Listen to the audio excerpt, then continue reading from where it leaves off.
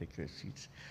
The Senate President Cheese Escudero, the members of the Senate, Speaker Martin Romualdez, and the members of the House of Representatives here today, the members of the Cabinet who are present with us, farmers' organizations, groups, and workers in the tourism industry, and guidance counselors and student organizations, fellow workers in government, distinguished guests, ladies and gentlemen, good morning. Today we are here to talk about three measures that have the power to reshape our economy, improve the welfare of our farmers, and ensure the mental and physical health of our young Filipinos.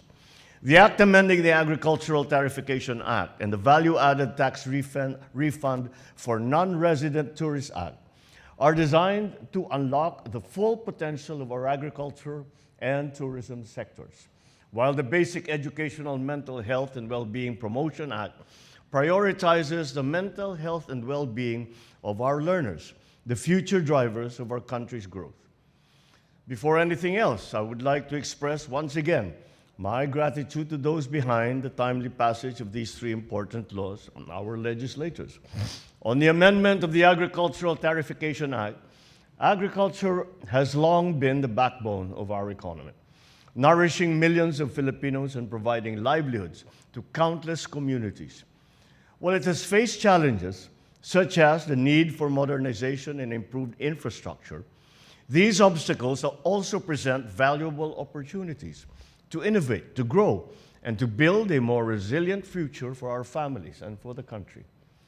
In 2019, we introduced the Rice Tariffication Law, removing import restrictions on rice and replacing them with a tariff system.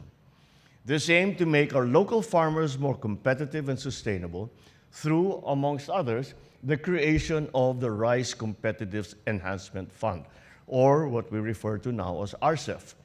Through the RCEF, we have been able to invest in high-quality seeds, mechanization, and training of our farmers, ensuring that they are equipped with the right skills and tools to increase productivity.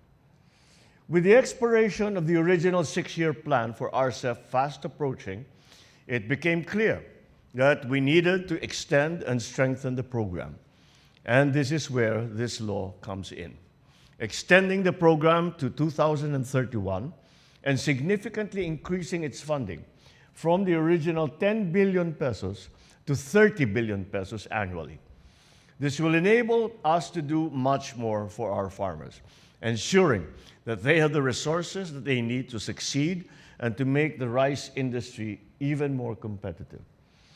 As part of this law, the seed program and mechanization program will receive enhanced support to provide more farmers with access to high-quality seeds, which will boost their yields. The law also places significant emphasis on reducing post-harvest losses. By preventing up to 375,000 tons of milled rice from being wasted annually, we can help feed an additional 3.4 million Filipinos each year for the next 6 years, improving food security, making rice more accessible to everyone. Furthermore, this law also empowers the DA to maintain stricter oversight of the rice industry. This ensures that the rice reaching our markets have complied with quality standards and regulations. The Bureau of Plant Industry will also be able to inspect rice warehouses and manage a national database to track grain storage, safeguarding our food supply and ensuring its safety for the public. In cases of sudden rice shortages or price hikes, the DA will now be empowered to take the necessary actions to stabilize the market. This will help ensure that the price of rice remains affordable and accessible to every Filipino. Above all, this law empowers our farmers to thrive and to help our country secure a stable food supply. By increasing investments in agriculture, providing more resources, and creating a more competitive rice industry, we are laying the groundwork for a stronger, more self-sufficient Philippines. Now, as we move from the fields to the bustling streets and markets, let us turn our attention to another key driver of our economy, tourism. It is no secret that shopping has become an essential part of the travel experience, and we are poised to capitalize on that momentum.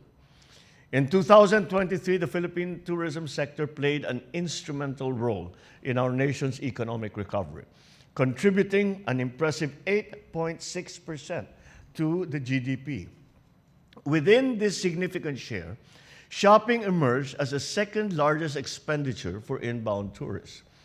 With this in mind, we are introducing the VAT refund program for non-resident tourists, designed not only to stimulate more spending, but to promote the Philippines as a premier global shopping destination. Under this program, tourists can claim a refund on the VAT for goods personally purchased at accredited retail outlets, provided these goods are taken out of the country within 60 days and meet a minimum transaction requirement of 3,000 pesos. This initiative opens a new chapter in our tourism landscape, allowing the country to compete with other tourism markets that attract tourists who are eager to take home authentic, high-quality Filipino products. Former UNWTO Secretary General Taleb Rifai once said, "Shopping has converted into a determinant factor affecting a destination choice, an important component of the overall travel experience, and in some cases, the prime travel motivation." These words resonate deeply with our goals. The Philippines has long been a home for unique, handcrafted items, and this VAT refund program will help put a spotlight to our rich local offerings. Our signature products, such as Marikina shoes, the intricate hand-woven textiles from the northern provinces, the timeless craftsmanship of Filipino barong, all stand to benefit from this measure. These products tell our stories, and now, with a VAT refund, they will be able to be more accessible to global consumers, elevating, once again, our stature in the global market. The economic impact of this measure is projected to be substantial, estimating an almost 30% increase in tourist spending. This surge will benefit both larger-scale industries and micro, small, and medium enterprises, an important pillar of our local economy. Tourists who have a positive shopping experience are more likely to return with their friends and their families, supporting our goal to become a premier shopping destination in Southeast Asia.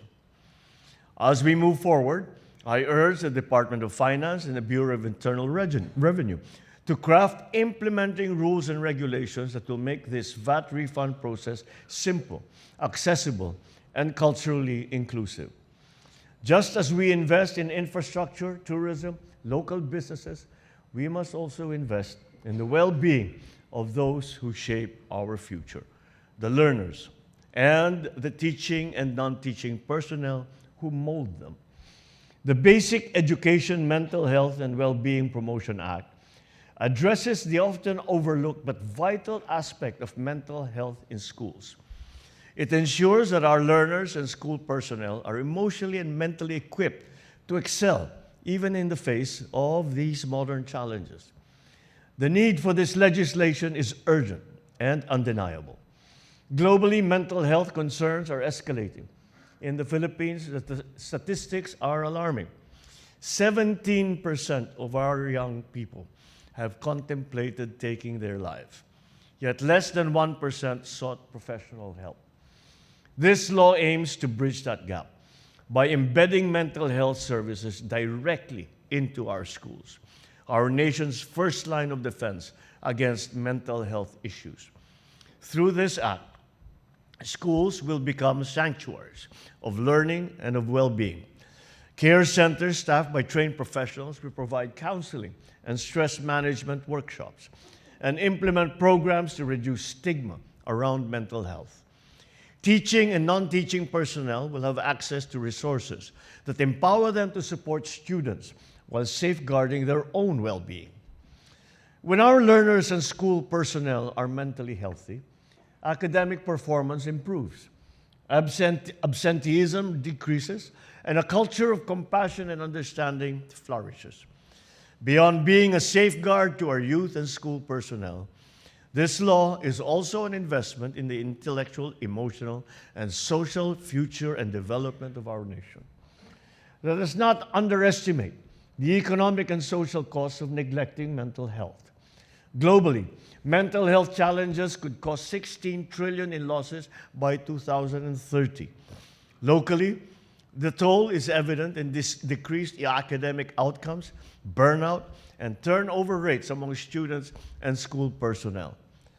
This act will help in reducing such losses, making our students more productive and ready to contribute to nation building.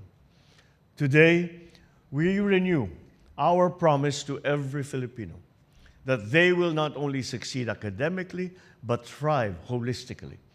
Together, we envision a Philippines where mental health is prioritized alongside education, fostering a generation equipped to lead with resilience, compassion, and with purpose. I call on each of you to support and drive these initiatives forward. Let us safeguard and empower our farmers, uplift our tourism industry, and provide mental health support. Together, let us create a future where every Filipino has the opportunity to succeed, to live a balanced life, to contribute to the collective prosperity of the nation. To this end, these three laws are not just policies, they are commitments.